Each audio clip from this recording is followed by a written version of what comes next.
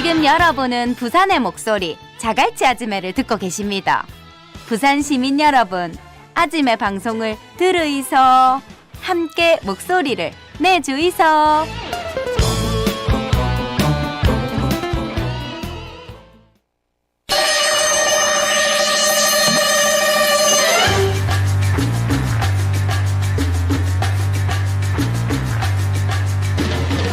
자, 조차가 파헤친다. 정치 이슈를 좀 짚어드리겠습니다. 한국정치학회 이사시죠. 조경근 교수, 국영대 정치외교학과 차주경 교수 함께합니다. 어서 오십시오. 안녕하세요.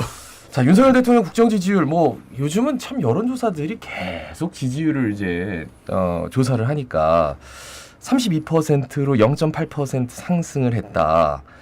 하락세를 멈췄다. 이런 표현이 맞는 것 같아요. 네. 오히려 어떻게 보십니까? 저는 하락세를 멈춘 폭은 그러니까 상승한 폭은 0.8%포인트인데 저는 부정평가를 좀 또 유의 깊게 바라봐야 된다고 봅니다.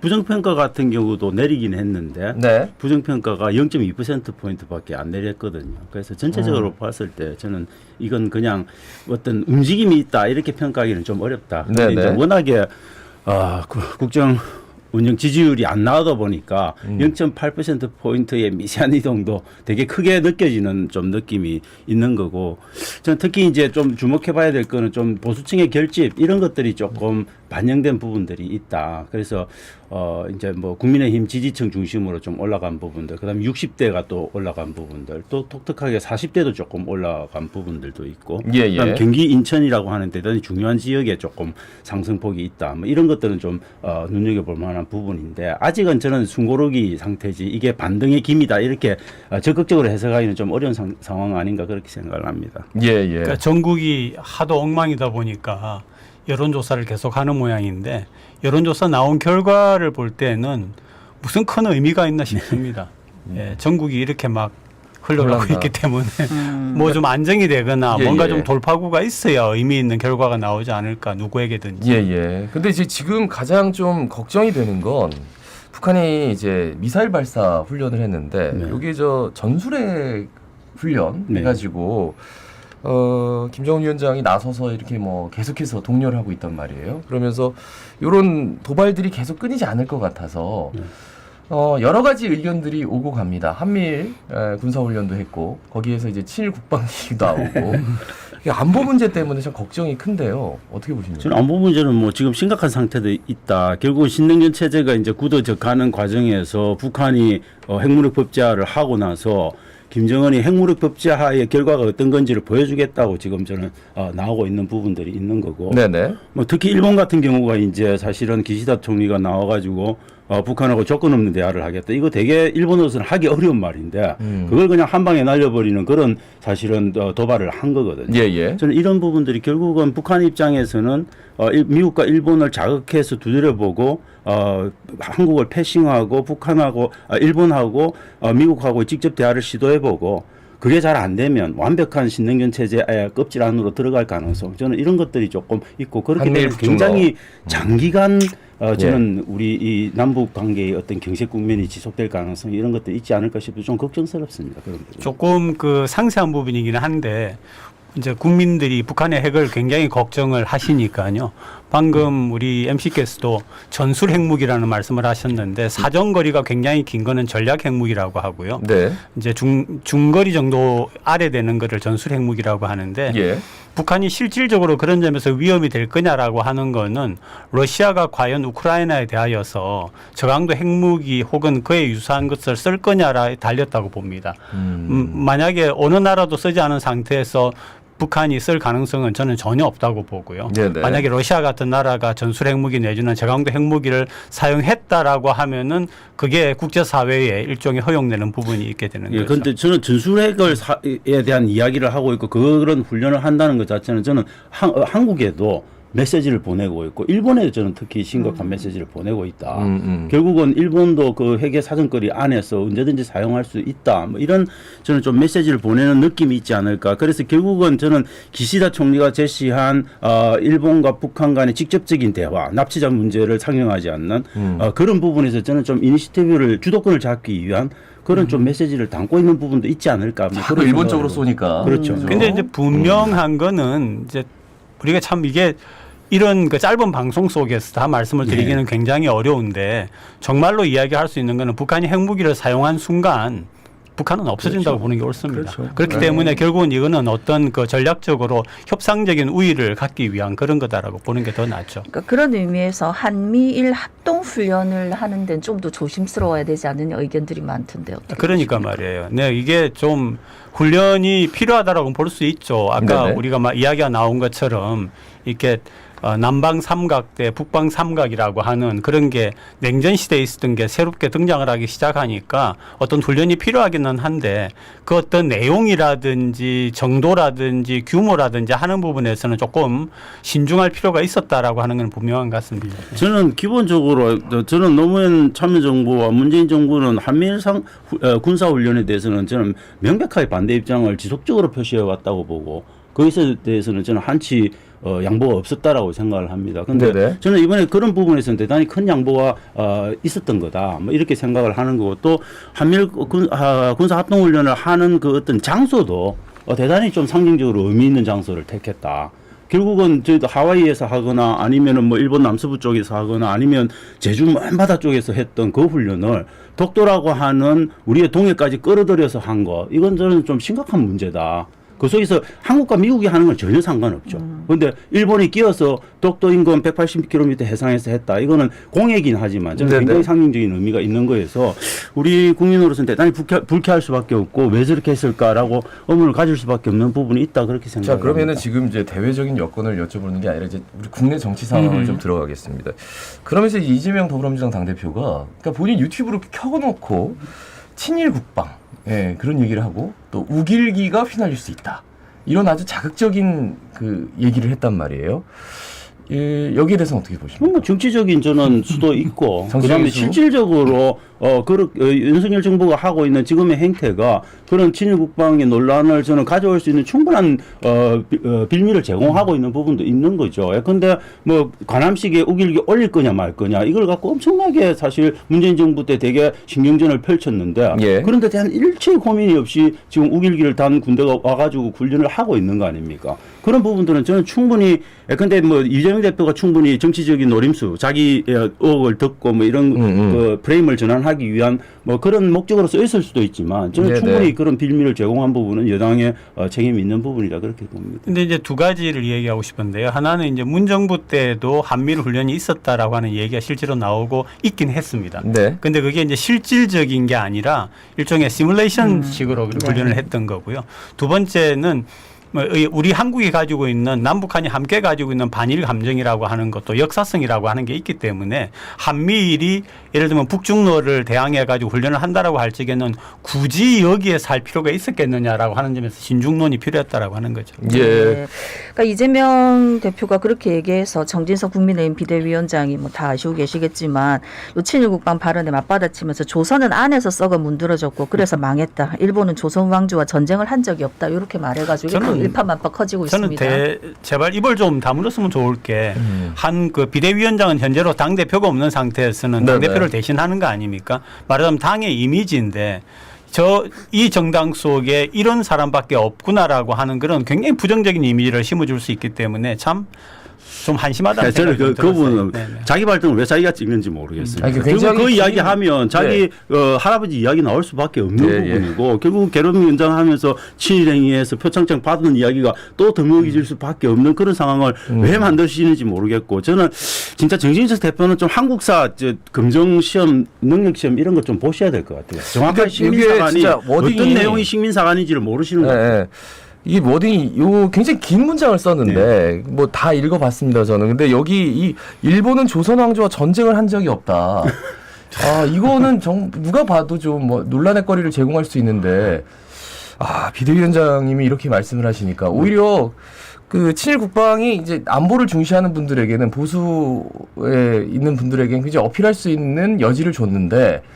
그럼에도 불구하고 요 식민사관으로 또 갑자기 이렇게 문제의 방향이 틀어진 것 같아가지고 명백하게 식민사관을 갖고 있는 거죠. 근데 저희들이 근데 시점말로 저희들이 막 일반인들이 그런 역사에 대한 다른 평가들을 충분히 할 수 있어요. 근데 그거는 공인이 아닌 일반인들이 그냥 다양한 의견을 내놓는 수준에서 식민사관이 일부 수용되기도 하죠. 근데 저는 공인이 그것도 여당의 비대위원장이 그런 이야기를 한다는 거는 저는 대단히 부적절하다. 그렇게. 근데 일반인 같은 경우에도 적어도 상식은 저는 갖고 있다고 생각해요. 예를 들면 일본이 침략하게 하는 어떤 배경적인 요인으로 당시 조선의 국내 정치가 너무 엉망이어서 네네. 빌미를 줘도 이렇게는 말할 수 있을지 몰라도 지금 얘기하는 건 좀 다르지 않습니까? 그렇죠. 저는 예. 정치 사회화라고 하는 관점에서 이게 서울대학의 모 교수가 굉장히 엉망진창의 사관을 가지고 있는 것처럼 집안 내력에서 그런 것들을 계속 배워서 뼛속까지 그런 게 들어있기 때문에 저런 소리가 나오는 건가? 자기가 가지고 있는 정치적인 지금 현재 비대위원장이라고 위치에서는 그런 말을 할 수 없는 건데 그런 말이 나왔다라고 하는 거는 저는 좀 그런 생각이 좀 들더라고요. 저는 김웅 의원이 명확하게 잘 지적한 것 같아요. 김웅 의원이 한 이야기가 기본적으로 당나라한테 고구려가 망할 때도 안에 내분이 있었다는 거 아닙니까? 그러면 우리가 역사적 팩트로 당나라가 망하게 한 거 아니냐 이렇게 말할 수 없는 거냐라고 이야기를 한 부분이 있는 거예요. 그것만 봐도 알 수 있는 거예요. 알겠습니다. 국민의힘 차기 당대표 자리를 두고 굉장히 빠른 속도로 지금 막 재편이 되고 있어요. 그리고 대놓고 안철수 전 대표 같은 경우에는 안철수 의원이죠. 나와서 한번 붙어보자. 그래서 실제로 유승민, 나경원을 언급을 하면서 얘기를 했단 말이에요. 네. 그러니까 이제 김기현 의원도 준비를 하고 있는데 언급이 없으니까 그러면은 대선 불출마 선언하고 나서라. 이런 식으로 이게 또 한 방을 거셨더라고요. 그래서 어떻게 보셨는지.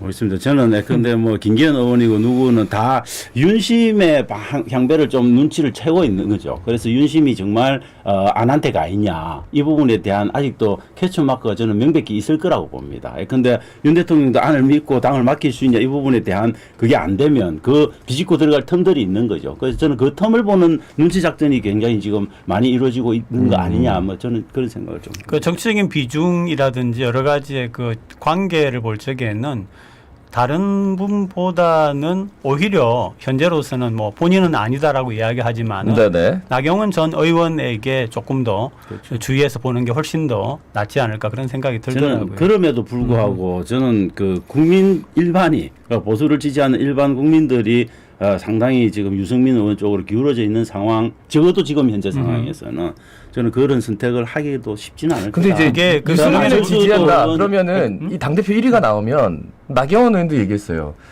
보수를 지지하는 보수 지지층에서는 본인이 1위다. 전통 보수에서는 자기가 압도하는데 이 더불어민주당 지지자분들이 이제 전체적으로 뭉뚱그려가지고 조사를 하기 때문에 유승민 의원이 1위다. 이런 식으로. 저는 이게 구조적인 부분이라고 생각을 하거든요. 예. 지금 나와 있는 그 회자되는 인물의 한 사람의 문제는 이야기할 수 있고요. 그런 것들이 흥행의 포인트가 될 수가 있지만은 구조적으로 볼 적에는 총선을 앞두고 있고 결국은 윤핵관 혹은 윤 대통령을 중심으로 하는 사람들이 공천을 많이 받아야 되는 구조이기 때문에 그거를 이끌어낼 수 있는 당대표가 결국은 된다라고 하는 얘기죠. 그게 이제 구조적인 변수이기 저는 그쪽으로 간다라고 봅니다. 저는 근데 나경원 의원이나 다른 김기현 의원이나 다른 선택을 친윤 세력에서 했다. 그랬을 때 근데 안철수 의원이 네네. 어떤 방향으로 갈지는 누구도 알 수 없는 겁니다. 그것도 굉장히 큰 리스크의 하나라고 봐야 되겠죠. 근데 현재 가지고 있는 룰대로 해 나가면은 룰을 변경하지 않고 해 나가면은 크게 할 얘기가 없지 않을까 싶습니다.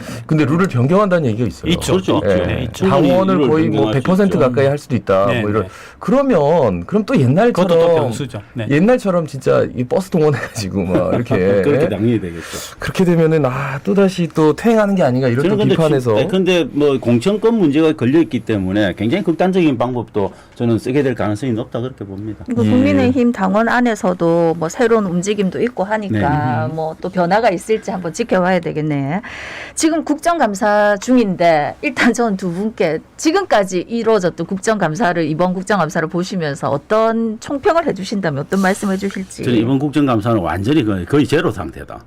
거의 진짜 정말 해야 되는 국정감사는 가물에 콩나듯이 지금 나오고 있고 대부분이 엄청나게 큰 정치적 이슈들 때문에 저는 완전히 가려진 국정감사에서 네네. 저는 역대 국정감사 중에서 거의 뭐 빵점에 해당되는 예. 국정감사가 되고 있다. 그런데 그럴 수밖에 없는 정치적인 저는 이 대결 구도가 만들어져 있어서 어쩔 수 없는 부분도 뭐 이해는 합니다만 이런 국정감사를 지켜보면 국민들 되게 좀 힘들어할 거다. 특히 부산 같은 경우에는 저는 뭐 고리원전 문제, 네. 수명 연장 문제, 그다음 건식 저장 시설 문제, 그다음에 엑스포 문제 뭐 엄청나게 많거든요. 이런 것들이 전혀 저는 국정감사에서 충분히 소화되고 있지 않은 부분. 물론 부산시 이제 감사하게 되면 또 네네. 지적은 되겠지만 저는 부산 의원 21명입니까? 몇 명이 18명이 뭘 예, 하고 예. 있는지 모르겠습니다, 솔직히. 저는 이제 그렇게 물어보시면 이렇게 말하죠. 아, 국정감사 하고 있는지 잘 모르겠다고.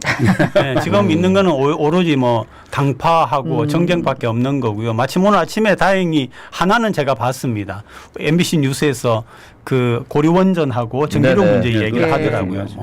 국정감사에서 국정감사 하고 있구나 봤습니다. 예, 예. 그러니까 오히려 그 지역에 굉장히 민감한 문제들은 부각이 안 되고 말이죠. 그렇죠. 모든 정치 이슈에 그냥 빨려 들어가고 그렇다고 그 정치 이슈가 이렇게 그 생산적인 것도 공론의 아니고요. 대상이 네. 되느냐 그것도 아니고 그냥 네. 의사 진행 발언하다가 네. 끝나는 그런 모습이 참 볼썽사납더라고요. 그렇죠. 저는 뭐 와 그것 때문에 10분 동안 실강의 하다가 그만뒀는데 또 똑같은 이야기 그러니까요. 정의합니다. 또 하는 거 보고 나 아이고 야 이거 이럴 수가 있나 이런 생각이 정말 들었습니다. 네. 예, 예.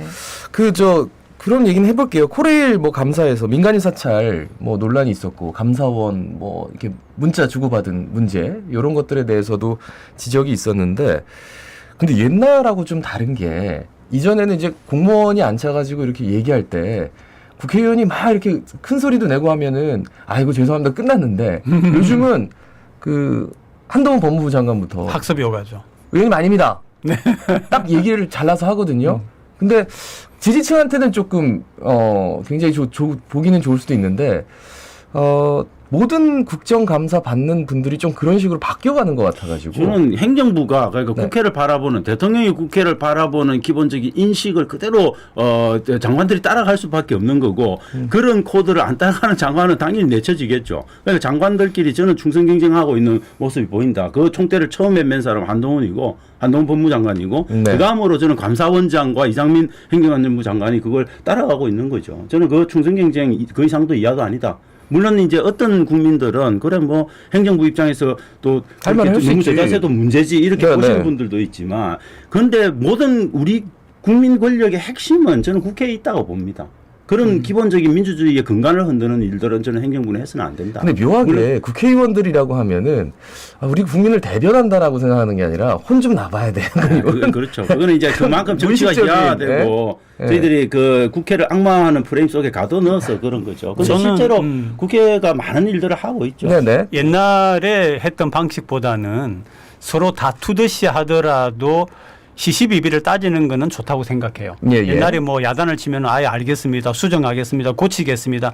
굉장히 형식적으로 해 나가는 것보다는 서로 뭐 이렇지 않느냐 아닙니다. 이런 거는 좋은데 그렇게 해 나가는 지금 내용이냐 아니면은 형식이냐인데 지금은 내용적으로 진짜 어떤 디테일하게 싸우는 게 아니다라고 하는 게 문제라는 거죠. 형식만. 저는 그다음에 근데 뭐 그 부처의 장관이 그렇게 하는 거는 또 이해할 수 있어요. 근데 저는 감사원은 기본적으로 우리 헌법기관입니다. 저는 헌법기관의 수상이 그렇게 정말 행정부에 밀착되고 대통령한테 밀착돼서 총대를 메고 싸우고 있는 모습은 정말 국민들이 어떻게 볼지에 대한 감사원장 스스로의 고민을 해야 된다고 봅니다. 그러니까 국회의원 개인의 자질 뭐 이런 걸 다 떠나서 국회의원은 가장 기본적으로 국민을 대표하는 사람들이고 대표해서 질의하고 답답한 걸 풀어달라고 그 자리에 내보낸 사람들인데 대답을 무성의하게 한다든지 하지 않겠다 의미가 없다 이런 식으로 발언하는 거 국민들한테 저는 그렇게 뭐 이해는 한다는 갑니다. 거잖아요. 국민들을 그런 식으로 보기 때문에 그럴 수도 있는 거죠. 예. 하여튼 뭐 그 민간인 사찰 논란도 있었고 그 부산이 좀 주목해야 되는 게 고리원전의 그 사용 해결료 건식 저장 시설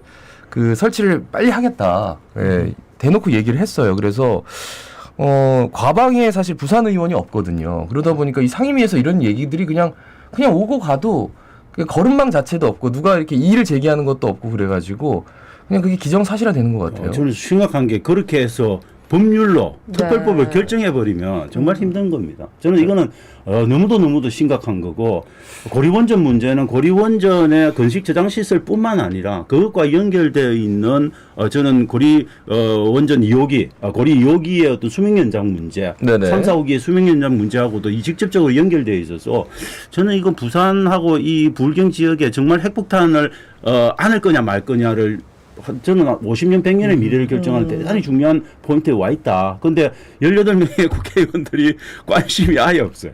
네. 네. 물론 일부 야당 의원들이 몇몇 관심을 갖고 하기는 하지만 저는 그래서 빨리 이 문제를 종합해서 야당이 저는 치고 나가야 된다고 봅니다. 야당의 의원 3명밖에 없지만 적어도 이 문제를 공론화시킬 수 있는 네. 특별법 같은 것들을 제대로 주민들의 의지를 좀 반영해서 만들어서 치고 근데 나가는 모습을 야당도요 보여줘야 이 법에 대해서는 그냥 그렇게 크게 작용을 안 하더라고요. 왜냐면 지금 왜냐면 다 이렇게- 정쟁이 앞서 있는 거지 부산의 현안 같은 게 지금 여의도에서 다뤄지겠습니까? 그러니까 저는 우리 시민들은 굉장히 속이 타고 이 원전 문제 같은 경우에는 정말 심각한 문제인데도 지금 10여 명의 국회의원들이 저러고 싸움만 하고 있으니까 앞으로도 저는 상당히 기대 난망이 아니겠는가 왜냐하면 싶어요. 여당이든 야당이든 서울 의원들이 120명이 넘습니다. 네네. 수도권 의원들이. 그 의원들이 그냥 딱 둘레를 치고 있는 거죠. 그 속에 삐집고 들어가서 18명이 뭘 할 수 있는 구조가 안 돼 있는 거죠. 그러면은 자연스럽게 저는 법적으로 그냥 이 폭탄을 여기다 안기고 수도권 사람들 해피하게 사는 거죠. 예, 정말 그걸 그냥 저는 당해야 되는 거죠. 예를 들면 현수막이라도 걸고 시청 앞에 앉아가지고 고리원전 앞에 앉아가지고 형식적이라도 18명이 뭔가 보여주는 모습이라도 하면 시민이 얼마나 박수를 치겠습니까? 근데 그게 기대 난망이라는 거죠. 알겠습니다. 오늘 기대 난망 많이 하시네요. 정치 이야기 여기까지 듣겠습니다. 고맙습니다. 고맙습니다. 지금까지 한국정치학회 이사시죠. 조경근 교수, 부경대 정치외교학과 차재권 교수였습니다. 예, 뭐 정치 이슈 얘기하다 보면 항상 아이고 와 저렇노 하는 얘기부터 먼저 나오는데 자 그럼에도 불구하고 우리 시민들이 관심